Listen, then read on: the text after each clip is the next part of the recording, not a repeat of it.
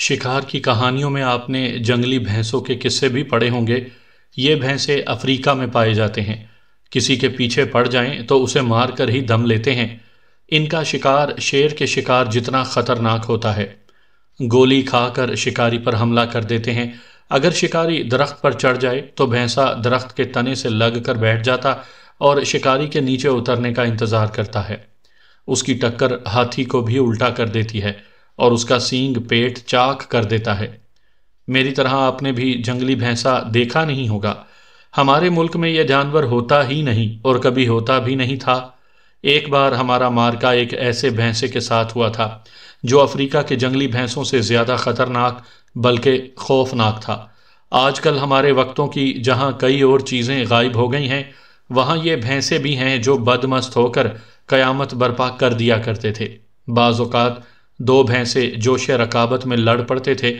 ان کی لڑائی فتح اور شکست تک جاری رہتی تھی۔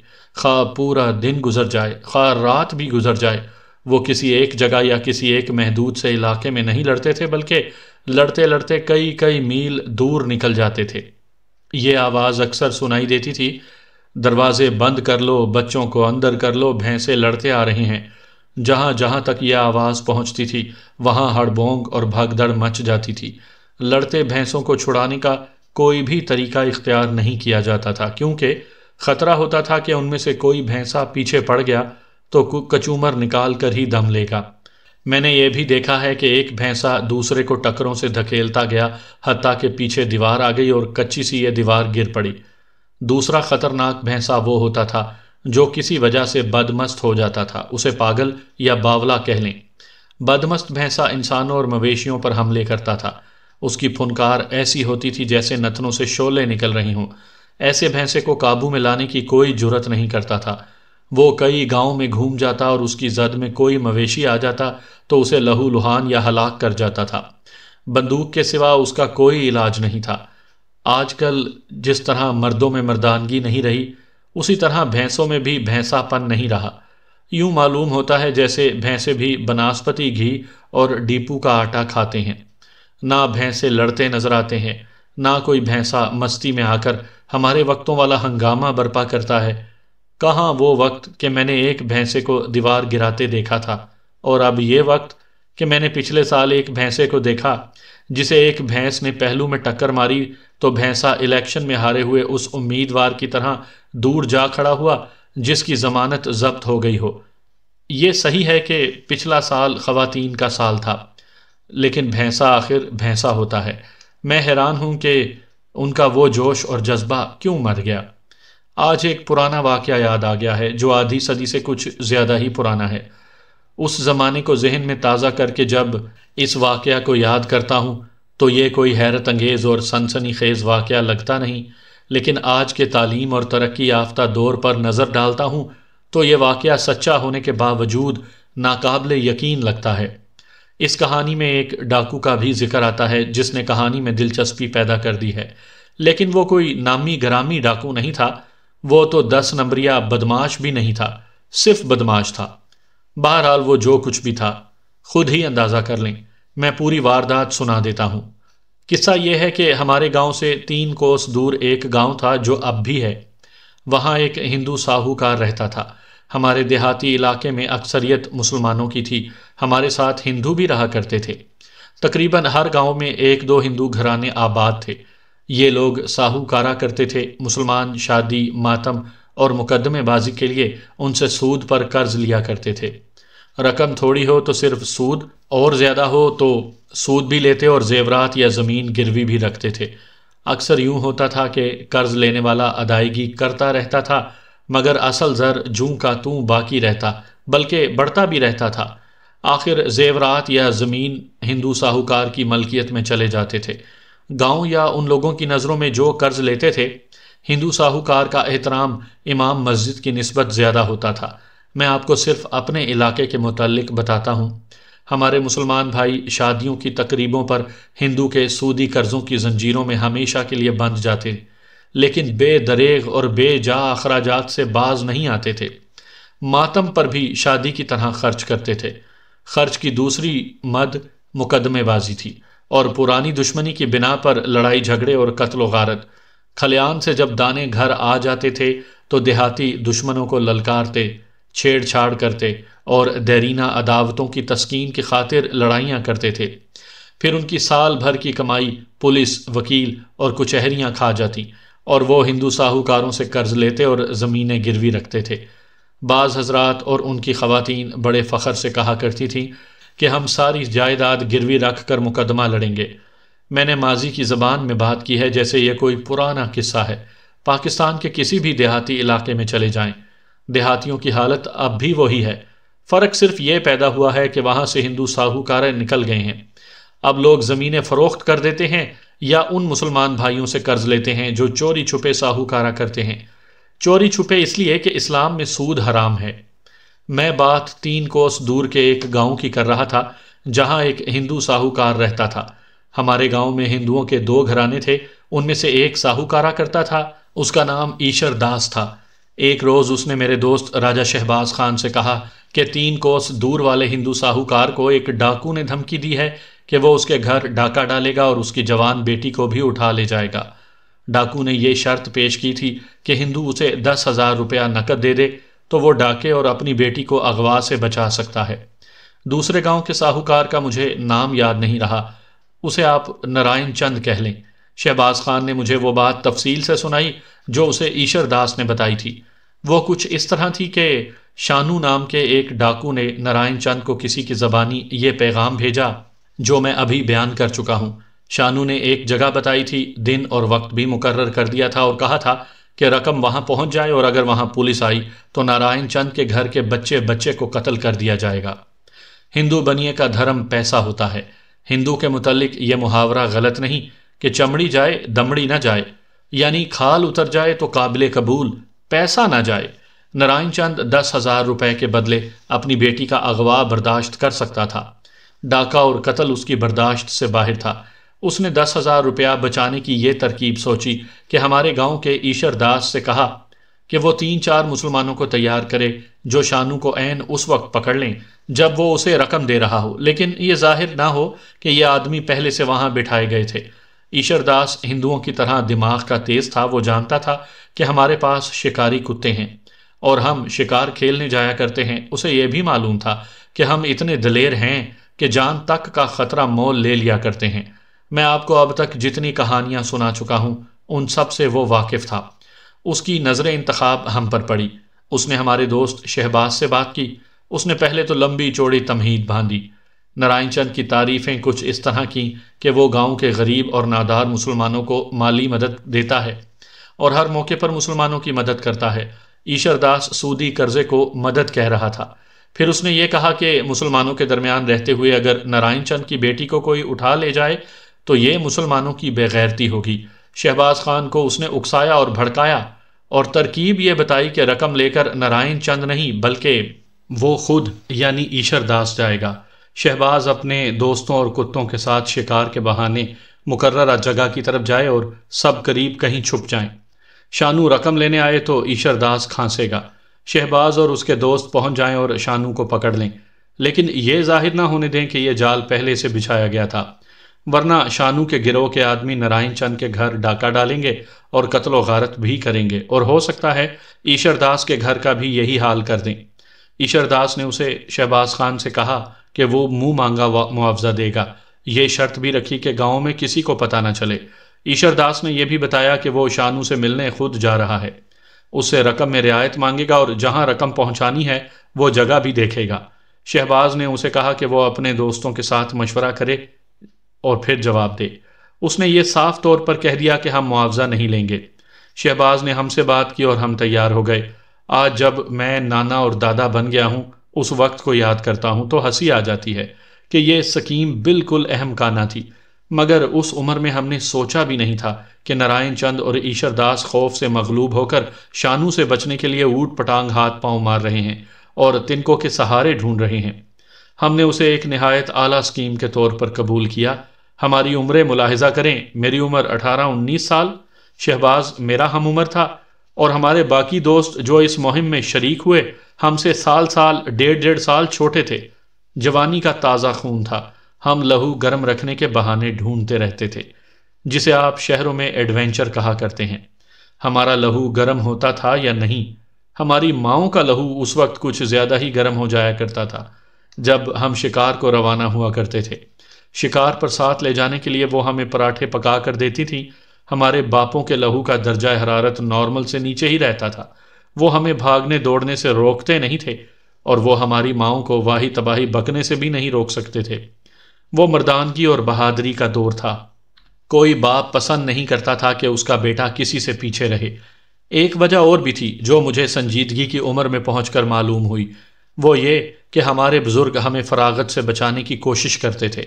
گاؤں میں فراغت زیادہ ہوتی تھی، بجائی کر ڈالی تو فراغت، اور کٹائی ہو کر دانے گھر میں آ گئے تو فراغت۔ ہمارے ہاں چونکہ نہریں نہیں، بارانی علاقہ ہے، اس لیے پانی لگانے کی مصروفیت بھی نہیں ہوتی۔ ہمارے گاؤں میں عشق بازی کا ایک واقعہ ہو گیا تھا۔ ایسا ہی ایک واقعہ ہمارے قریب کے ایک گاؤں میں ہوا تھا۔ یہ نوجوانوں کی فراغت کا نتیجہ تھا۔ ہمارے بزرگوں نے اس کا علاج یہ سوچا تھا کہ ہم کھیتوں کے کام دھندوں سے فارغ ہو کر کسی کھیل کود میں مصروف ہو جایا کریں۔ ہم نے کتے پال لیے اور شکار کھیلنے لگے۔ ہماری ماؤں کو شکار پسند نہیں تھا، کیونکہ شکار پر حادثات بھی ہو سکتے تھے۔ مائیں ہمیں گالیاں دیتی تھیں، یہ دھمکیاں بھی دیتی تھیں کہ وہ ہمارے کتوں کو زہر دے دیں گی، لیکن گالیوں اور دھمکیوں کے ساتھ وہ ہمیں پراٹھے اور کتوں کو دودھ باقاعدگی سے دیا کرتی تھیں۔ ہمارے بزرگوں نے ہمیں مرد بنایا، اور اس مردانگی کا حاصل پاکستان ہے۔ شہباز نے ہم سے بات کی تو ہم ڈاکو پکڑنے کے لیے تیار ہو گئے۔ ہم نے معاوضہ قبول نہ کیا۔ ہمیں نارائن چند اور ایشر داس کے ساتھ کوئی دلچسپی نہیں تھی۔ ہمیں نارائن چند کی بیٹی کے ساتھ بھی کوئی ہمدردی نہیں تھی، جسے شانو نے اغوا کرنے کی دھمکی دی تھی۔ ہماری دلچسپی صرف یہ تھی کہ ایک ڈاکو کو پکڑیں گے اور لوگ ہمیں شاباش دیں گے۔ لیکن یہ مسئلہ سامنے آ گیا کہ شانو کون ہے اور کہاں کا ڈاکو ہے۔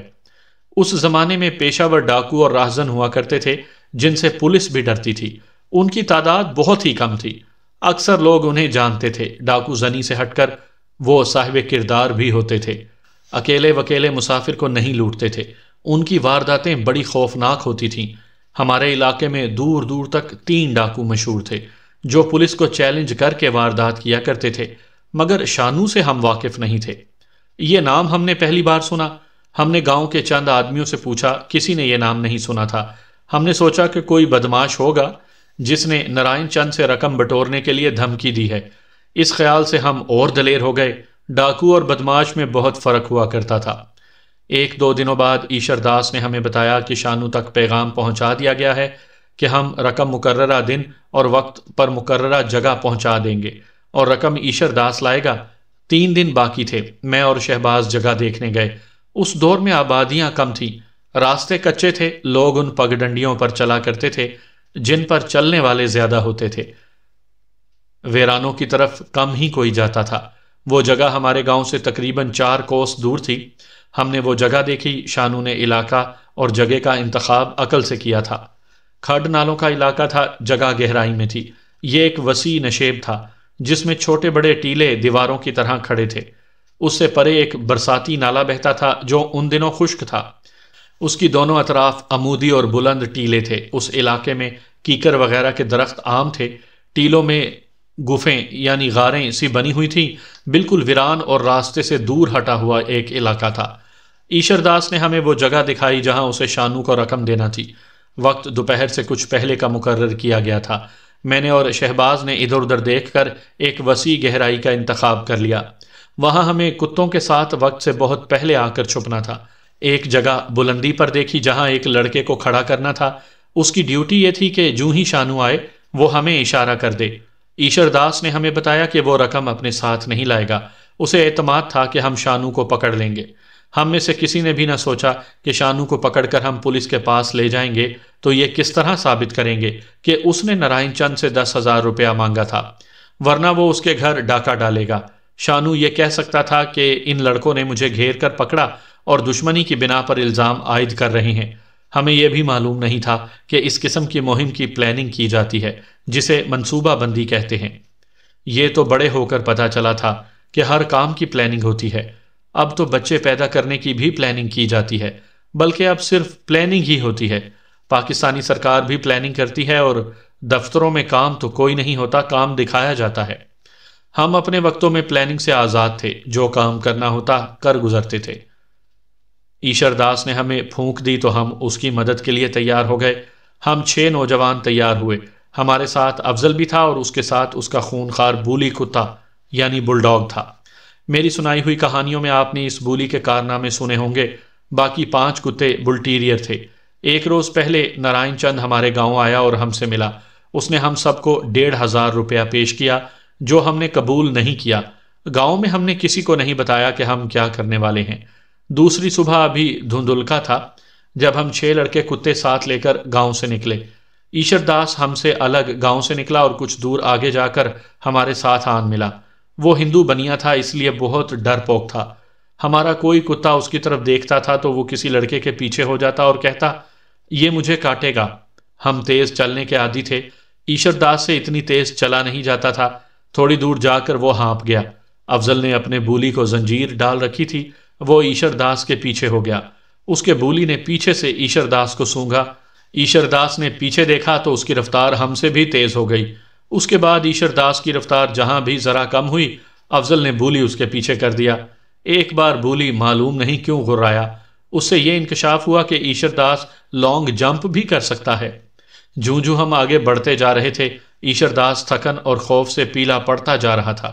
وہ ہم سے جو سوال پوچھتا تھا اس سے صاف پتہ چلتا تھا کہ جس مہم پر وہ ہمیں لایا ہے اس سے وہ بھاگنا چاہتا ہے۔ اس نے کوئی 20 بار پوچھا، تم سب وقت پر پہنچ جاؤ گے نا؟ شانو مجھے قتل تو نہیں کر دے گا؟ ایک بار اس نے کہا، میرے دل میں آتی ہے کہ نارائن چند سے کہوں کہ 10 کے بجائے 5000 شانو کو دے کر جان چھڑائے۔ اور اس نے ایک سوال یہ پوچھا، قتل میں کتنی دیر لگتی ہے؟ میرے ایک دوست نے چٹکی بجا کر کہا، بس اتنی۔ سر میں ایک کلہاڑی یا دل میں ایک چاقو اور بندہ پار ہیں؟ ہندو کے منہ سے لمبی ساری ہائیں نکلی اور وہ رک گیا۔ اس کی آنکھیں ابل آئیں اور خوف سے منہ کھل گیا۔ افضل نے بولی کو اس کے پیچھے کیا تو لالا ایشر داس آگے چل پڑا۔ ہم سب ہنسی ضبط نہ کر سکے۔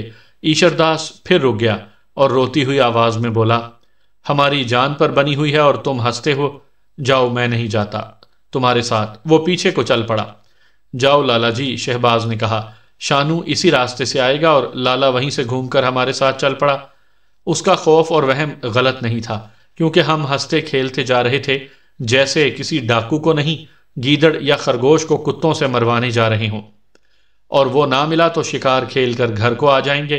ایشر داس کو ہم نے مذاق کا ذریعہ بنا لیا تھا۔ ہم دراصل بے وقوفی کی حد تک دلیر تھے۔ اگر علاقہ میدانی ہوتا تو ہم مقررہ جگہ پر جلدی پہنچ جاتے، مگر وہ کھڈ نالوں، گہرے نشیبوں اور گھاٹیوں کا علاقہ تھا۔ ہم تو گھاٹیاں جلدی چڑھ جاتے تھے۔ ایشر داس کے چڑھنے کا طریقہ یہ تھا کہ ہاتھ گھاٹی پر رکھ کر اوپر جاتا اور اوپر جا کر دھڑام سے بیٹھ جاتا تھا۔ اس طرح وقت ضائع ہوتا رہا۔ سورج اوپر آ گیا تھا، ہمیں مقررہ جگہ تک جلدی پہنچنا تھا تاکہ شانو کے آنے سے پہلے چھپ جائیں۔ کچھ اور آگے گئے تو 2 آدمی ملے۔ انہوں نے بتایا کہ راستے میں انہوں نے ایک مست بھینسا دیکھا ہے جو پچھلے کسی گاؤں میں 2 آدمیوں اور 1-2 مویشیوں کو زخمی کرایا ہے۔ انہوں نے ادھر کو جدھر ہم جا رہے تھے اشارہ کر کے بتایا کہ بھینسا ادھر جاتے دیکھا ہے، اور یہ بھی کہ وہ بہت طاقتور اور خطرناک ہے، اسی لیے لوگوں نے اس کا تعاقب نہیں کیا۔ ہمارے ساتھ 6 کتے تھے، 2 کلہاڑیاں اور 4 موٹے ڈنڈے تھے۔ سامعین کرام، آپ سن رہے ہیں صابر حسین راجپوت کی شکاریات کے سلسلے میں ایک دلچسپ داستان جس کا نام ہے شانو کمہار اور مست بھینسا۔ یہ اس سلسلے کی پہلی قسط ہے۔ مجھے امید ہے آپ کو میری یہ کاوش پسند آئے گی۔ آپ نے اگر ابھی تک میرا چینل کہانی گھر سبسکرائب نہیں کیا تو ابھی میرے چینل کو سبسکرائب کر کے بیل نوٹیفیکیشن آن کر لیجئے تاکہ آنے والی ہر نئی کہانی کی اطلاع بر وقت آپ تک پہنچ سکے۔ ہمارے ساتھ 6 کتے تھے، 2 کلہاڑیاں اور 4 موٹے ڈنڈے۔ ڈرنے یا احتیاط کرنے کے بجائے ہم خوش ہوئے کہ ایک اور شکار مل گیا۔ ہم شانو کے بجائے مست بھینسے کو مارنے کی باتیں کرنے لگے۔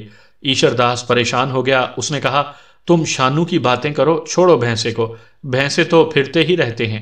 لالا جی، افضل نے کہا، شانو سے پہلے بھینسا مل گیا تو وہ 10,000 روپیہ نقد پر بھی نہیں ٹلے گا، اس لیے پہلے بھینسا بعد میں شانو۔ نہیں نہیں، ایشر داس نے بچوں کی طرح کہا، جو پہلے آ گیا وہ پہلے۔ ہم سب نے بے ساختہ کہا لگایا۔ ایشر داس ہم سب کو احمقوں کی طرح دیکھنے لگا اور جب اس نے افضل کے بولی کو دیکھا تو آگے آگے چل پڑا۔ ہم نے دور ایک گیدڑ کو جاتے دیکھا، پھر خرگوش کا جوڑا نظر آیا، لیکن ہم نے کتے نہ کھولے کیونکہ ہم کوئی اور ہی شکار کھیلنے جا رہے تھے۔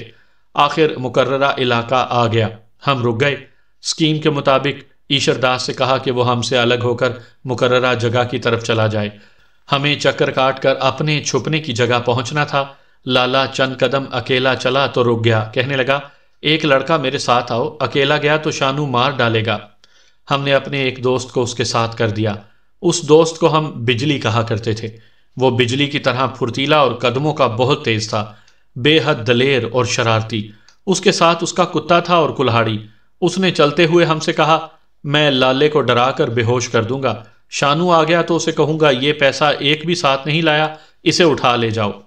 ہم اپنے راستے پر چلے گئے، پیچھے دیکھا ایشر داس اور بجلی غائب تھے، کسی نشیب میں اتر گئے تھے۔ ہم گھاٹیاں اترتے چڑھتے دور نکل گئے، بہت آگے گئے تو ہمیں دھمک دھمک سنائی دی اور آدمیوں کی آوازیں بھی۔ آوازیں ہم سمجھ نہ سکے، شور سا تھا، کوئی گڑبڑ تھی، نظر کچھ نہیں آتا تھا، جو کچھ تھا وہ قریب کہیں گہرائی میں تھا۔ ہم نے ادھر کا رخ کر لیا اور تیز چل پڑے۔ 1.5-2 فرلانگ گئے تو ہمیں رکنا پڑا کیونکہ ہموار زمین ختم ہو گئی تھی، آگے گہرائی تھی اور اس کے ارد گرد مٹی کی اونچی دیواریں۔ ہم جہاں رکے تھے وہاں ایسے لگتا تھا جیسے کسی مکان کی منڈیر پر کھڑے ہوں گے۔ گہرائی وسیع تھی اور اس کے ارد گرد قدرت نے جو دیواریں کھڑی کر رکھی تھیں وہ ایک جگہ سے عمودی کی بجائے ڈھلوانی تھی۔ ہمارے دیہاتی علاقے میں ایسی گہرائیاں بہت زیادہ پائی جاتی ہیں۔ میں جس وقت کی بات سنا رہا ہوں اس وقت ان کی شکل و صورت کچھ اور تھی۔ اتنی مدت کے بعد کئی گہرائیاں بارشوں نے بھر دی ہیں۔ ہمیں آوازیں سنائی دے رہی تھیں، کوئی نظر نہیں آتا تھا۔ آوازیں 3-4 آدمیوں کی تھیں۔ ایک جگہ سے دیوار میں شگاف تھا، یوں سمجھیے کہ یہ ایک راستہ تھا۔ وہاں سے ایک آدمی دوڑتا اندر آیا، اس کا منہ اور سر صافے میں لپٹا ہوا تھا اور اس کے ہاتھ میں کلہاڑی تھی۔ اس کے پیچھے ایک بھینسا آیا، وہ بھی دوڑ رہا تھا۔ صافے والے آدمی نے ادھر ادھر دیکھا، اسے کوئی راستہ نظر نہ آیا۔ بھینسا اس سے 10-12 قدم دور تھا۔ یہ وہی بھینسا ہو سکتا تھا جس کی اطلاع ہمیں 2 آدمیوں نے دی تھی۔